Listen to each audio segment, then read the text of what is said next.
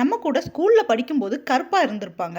ஆனால் திடீர்னு வெளியே எப்பயாவது பார்க்கும்போது கலராக இருப்பாங்க. என்னடா இது எப்படி கலரானா தெரியலையே அப்படின்னு சொல்லி நம்ம நினைப்போம். அவங்க வேற ஒன்றும் கிடையாது, ஒரு சில விஷயங்களை மாற்றிருப்பாங்க.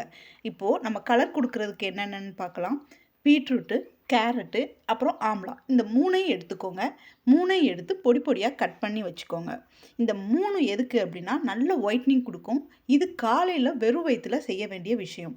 ஸோ இந்த மூணையும் எடுத்து அதை நல்லா ஒரு பாத்திரத்தில் போட்டு நல்லா க்ளீன் பண்ணிக்கோங்க. க்ளீன் பண்ணிவிட்டு நம்ம அதை என்ன பண்ண போகிறோம் அப்படின்னா அப்படியே அதை மிக்ஸி ஜாரில் போட்டு நல்லா கிரைண்ட் பண்ண போகிறோம். இந்த கிரைண்ட் பண்ணி வர்ற ஜூஸ் இருக்குது இல்லையா, அந்த ஜூஸில் தாங்க விஷயமே இருக்குது. இந்த ஜூஸ் தான் குடித்து நிறைய பேர் கலர் ஆகிடுறாங்க. நம்மளும் அதை ட்ரை பண்ணி பார்க்கலாம். இப்போது இதை நம்ம டெய்லியும் போடுறது ரொம்ப கஷ்டம். டெய்லியும் ஒரு ஜூஸ் எடுக்க சொல்கிறாங்க.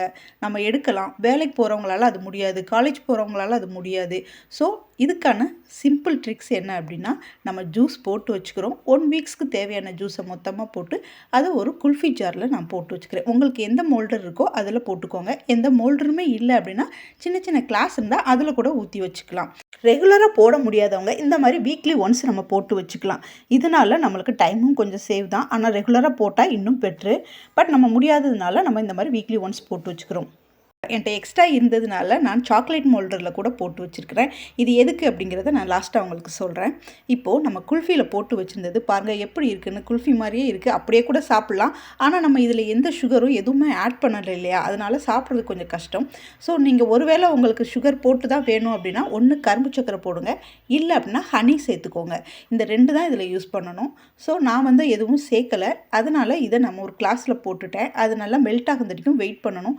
இது ஒரிஜினல் ஹனிங்க, இதுக்கு எக்ஸ்பைரி டேட்டெல்லாம் கிடையாது. கடையில் வாங்குகிற பெரும்பாலான தேனுக்கெல்லாம் எக்ஸ்பைரி டேட் இருக்கும். ஸோ எக்ஸ்பைரி டேட் இருந்தாலே அதில் ஏதோ ஒரு மிக்ஸ் பண்ணுறாங்கன்னு அர்த்தம். எக்ஸ்பைரி இல்லாத தேன் தான் ஒரிஜினல் தேன்.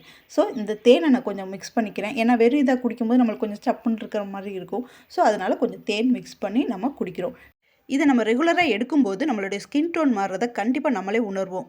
சாக்லேட் மோல்டர்லாம் போட்டு வச்சுருந்தது இல்லையா, அது எதுக்கு அப்படின்னா நம்ம தண்ணி குடிக்கணும், ஏதாவது தாகமாக இருக்குது, இல்லை வாட்டர் பாட்டிலில் தண்ணி கொண்டு போகிறோம் அப்படின்னா நம்ம இந்த மோல்டரில் போட்டு வச்சுருக்க சின்ன சின்ன ஐஸ் க்யூப்பெல்லாம் எடுத்து நம்ம போட்டு தண்ணி குடிக்கும் போதெல்லாம் ஒரு கிளாஸ்க்கும் ஒரு 2-3 க்யூப்பை மட்டும் நீங்கள் போட்டு ரெகுலராக குடிச்சிட்டே இருங்க. அதுவும் உங்களுக்கு பெனிஃபிட் தான். இதெல்லாமே உங்களுக்கு ஸ்கின் டோனுக்காக மட்டும் குடிக்காதீங்க. இது ரொம்ப ஹெல்த்தான விஷயம். ரத்தம் கம்மியாக இருக்குது, ரத்தத்தில் ஹீமோகுளோபின் ரொம்ப கம்மியாக இருக்குது அப்படிங்கிறவங்களாம் கண்டிப்பாக இதை எடுத்துக்கலாம். கண்டிப்பாக உங்களுக்கு இது பெனிஃபிட்டான விஷயம்.